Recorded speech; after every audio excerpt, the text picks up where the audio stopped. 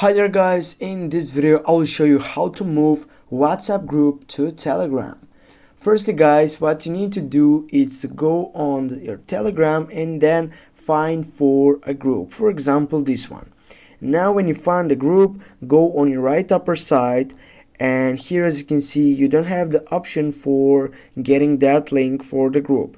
Go and click on the name of the group, and then as you can see here is the link invitation. Go click and save it by tapping on this, but there is giving you a chance to share this QR code.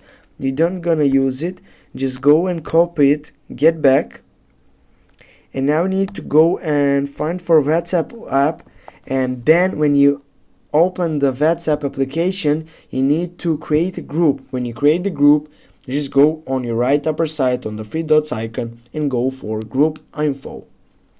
Then you should scroll down and look for group settings. Click on that.